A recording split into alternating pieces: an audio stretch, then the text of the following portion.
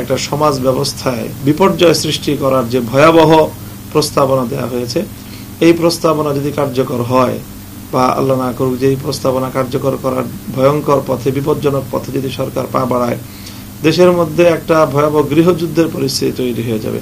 আমরা মূলত এই নারী বিষয়ক সংস্কার কমিশনের যে প্রস্তাবনা প্রত্যাখ্যান করা এবং এই কমিশনকে বাতিল করা, এটাই হলো মূল দাবি। এই দাবিকে কেন্দ্র করে আরো 3টি দাবির সাথে সমন্বিত করে 4 দফা দাবিতে আগামী 3 তারিখ, মে মাসের 3 তারিখ শনিবার দিন সকাল 9টা থেকে সোহরাওয়ার্দী উদ্যানে হেফাজতে ইসলামের ডাকে মহাসমাবেশ অনুষ্ঠিত হতে যাচ্ছে।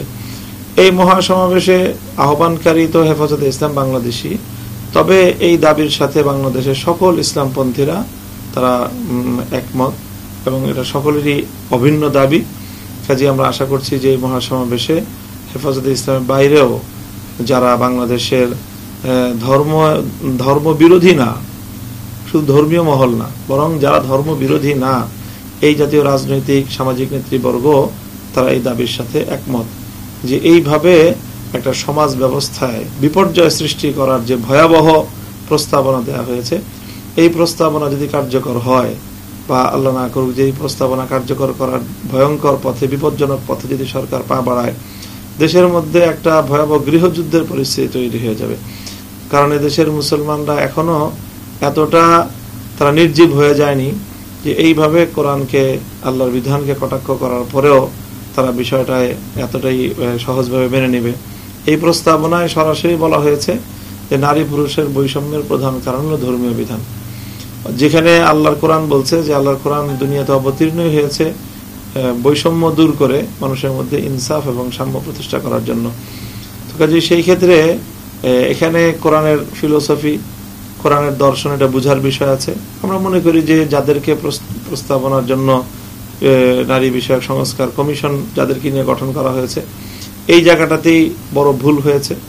এই ধরনের এক পেশে কিছু লোকজন যারা বাংলাদেশের অধিকাংশ নারী সমাজের প্রতিনিধিত্ব করে না, কোনোভাবেই করে না, যাদেরকে এখানে কমিশনের সদস্য করা হয়েছে, তারা সবাই পশ্চিমা জীবনধারায় প্রভাবিত, এনজিও গুলোর সাথে সম্পৃক্ত, বিদেশি বিভিন্ন কর্তৃপক্ষের মাধ্যমে তারা প্যাট্রোনাইজড।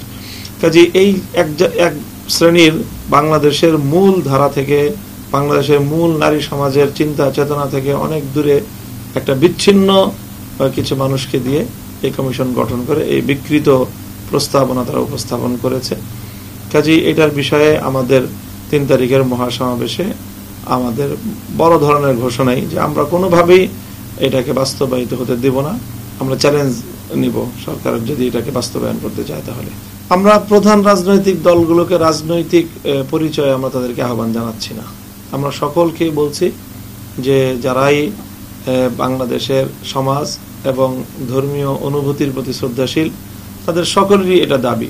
হেফাজতে ইসলাম একটা অরাজনৈতিক সংগঠন, কাজেই এটা রাজনৈতিক যে কোনো সংশ্লিষ্টতার ক্ষেত্রে খুবই সতর্ক পদক্ষেপ গ্রহণ করে থাকে। সেই জায়গাটা থেকে রাজনৈতিক পরিচয়ে কাউকে এখানে আমরা দাওয়াত করছি না, বরং সামাজিক এবং ধর্মীয় অনুভূতির প্রতি সচেতন সকল শ্রেণীর নাগরিকদেরকেই এই সমাবেশে আহ্বান করা হয়েছে।